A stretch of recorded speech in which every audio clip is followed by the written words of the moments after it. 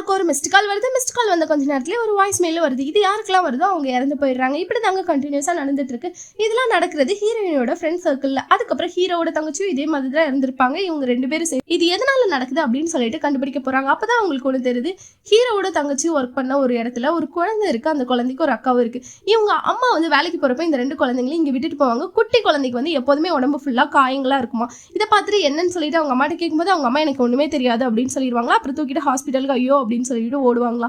இவங்க இந்த இடத்துல இருக்கிறவங்க என்ன நினைக்கிறாங்கன்னா இவங்க அம்மாவுக்கு அந்த சிண்ட்ரோம் இருக்கு. அதாவது ஒருத்தங்களை அடிச்சு கொடுமைப்படுத்துவாங்க யாருக்குமே தெரியாம. மத்தவங்க முன்னாடி வந்து ஐயோ பாவம்னு அனுதாபப்படுவாங்க.